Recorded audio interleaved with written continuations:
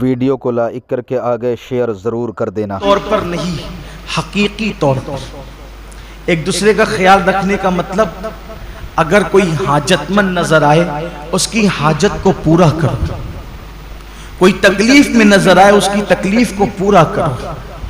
बल्कि आप मुझे ये बताएं कि आखिर अल्लाह रब्बुल इज्जत तो बेनियाज है,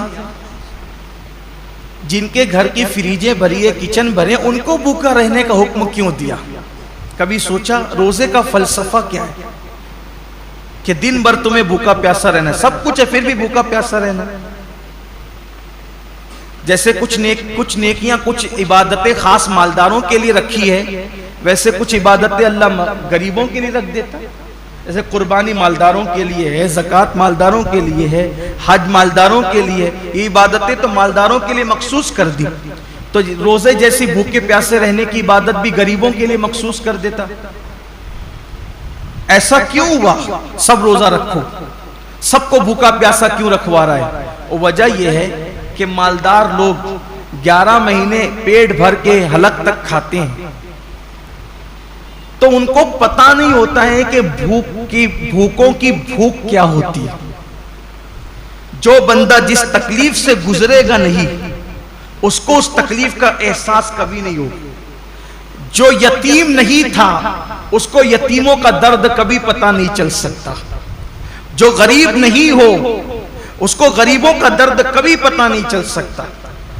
जो पैदाइशी मालदार हो उनकी फिक्र में, और जो गरीबी से मालदार की तरफ आए हैं उनकी फिक्र में जमीन आसमान का फर्क है।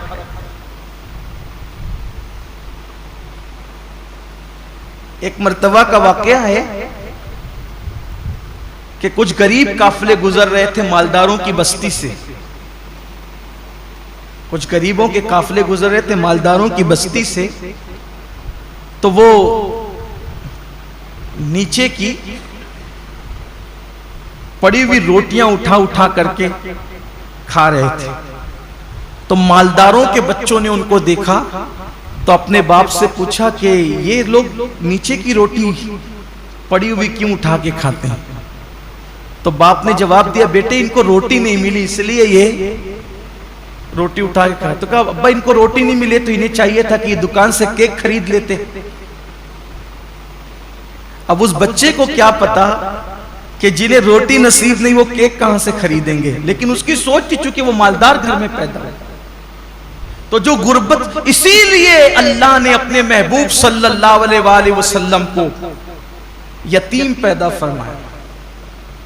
इसीलिए अल्लाह ने अपने महबूब सल्लल्लाहु अलैहि वसल्लम की परवरिश गरीब घर में फरमाई। क्यों?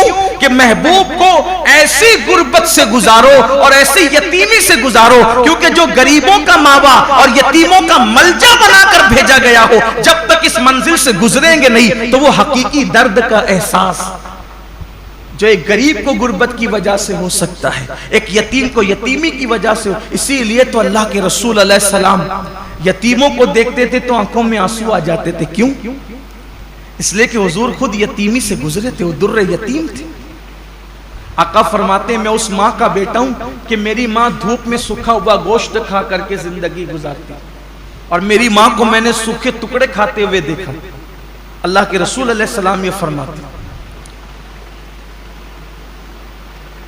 तो ये रोजे जो रखाए जाते हैं 1 महीने तक, उसकी बहुत सारी हिकमतों में से एक हिकमत ये भी है, 11 महीने तक पेट भरकर खाने वालों जरा 1 महीने भूखे रहकर देखो कि दुनिया के अंदर जो कौम रोटी के टुकड़े को तरस रही है, आखिर भूख किस चीज का नाम है, ताकि उनकी भूख का तुम्हें एहसास हो।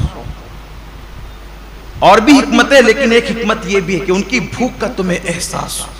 तो ये महीना मवासात का महीना है, हाजतें पूरी करने का महीना है, तकलीफें पूरी करने का महीना है। अल्लाह के रसूल अलैहिस्सलाम का फरमान है, हदीस पाक में आता है कि जो माह रमजान शरीफ में अपने किसी मोमिन भाई की सिर्फ एक हाजत पूरी कर दे, एक हाजत, अल्लाह ताला उसकी 10 लाख हाजतों को पूरा फरमाएगा और उसको गुनाहों से ऐसे पाक कर देगा जैसे वो अभी अपनी माँ के पेट से पैदा हुआ।